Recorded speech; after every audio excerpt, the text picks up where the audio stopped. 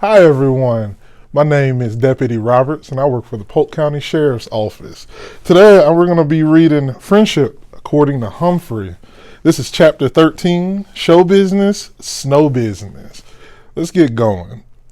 My classmates were still talking about the party on Monday.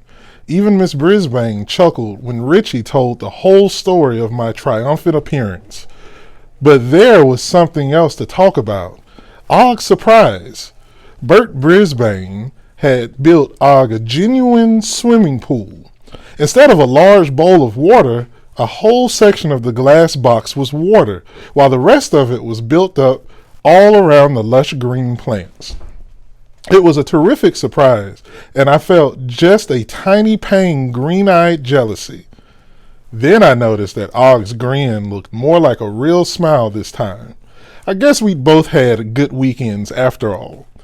After everyone admired the swimming pool, Miss Brisbane got down to business. The Poetry Festival is less than 2 weeks away.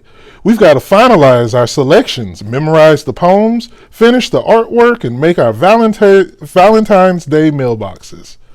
From that moment on, there was a mad flurry of activity. Some students retreated to the cloakroom to memorize their poems. Others drew pictures for the bulletin board, while another group made Valentine mailboxes using glue, glitter, paint, crayons, buttons, lace, and stickers. Don't worry, Miss Brisbane. Miss Brisbane didn't forget to teach us math, science, geography, social studies, and spelling. Believe me, she'd never do that. But in between, my classmates worked like crazy on poetry and Valentines.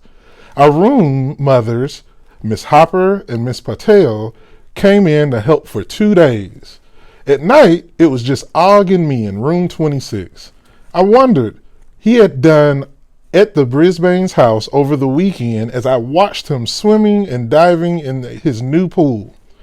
He could make a lot more noise splashing around in it.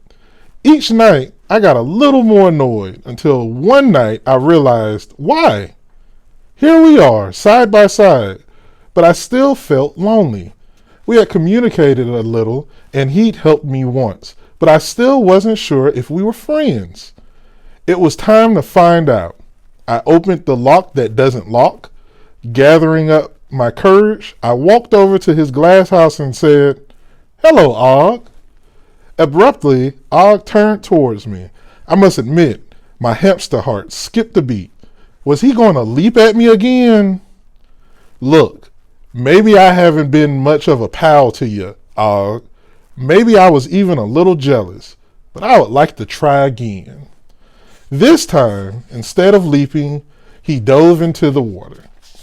With a gigantic splash, the water splashed up to the top of the box, through the screen, onto my nice dry fur.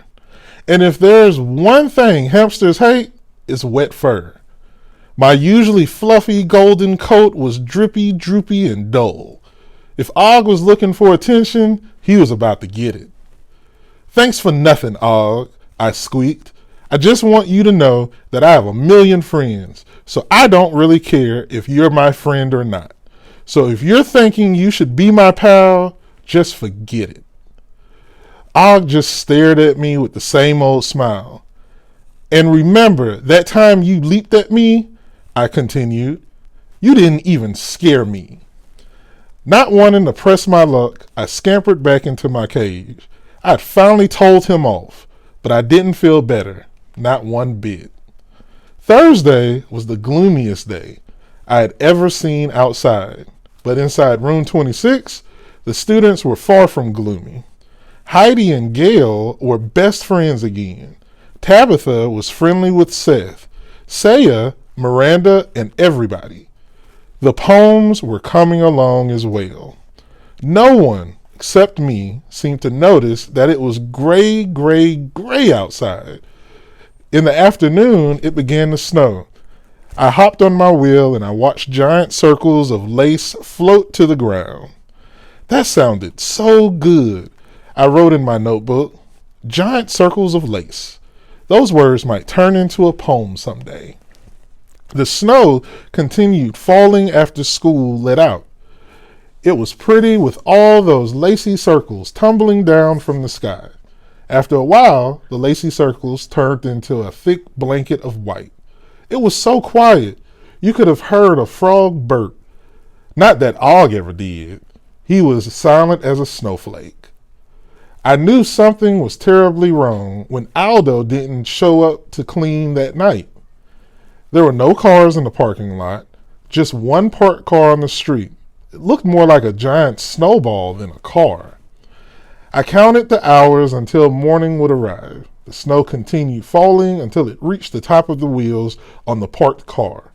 The carpet of the snow was beautiful, but the silence made my fur stand up on end. I missed AJ's loud voice, Mandy's complaints, and Gail's giggles. When the bell rang for the start of school on Friday, a funny thing happened. Nobody showed up. Not Miss Brisbane, not Garth, not Miranda, nobody. There were no cars in the parking lot, no buses pulling in. The snow showed no sign of stopping. I was snowed in with Og the Frog. A life without a friend is a life without sun. A French proverb. Thank you for allowing me to read with you. And once again, my name is Deputy Roberts with Polk County Sheriff's Office. Awesome book.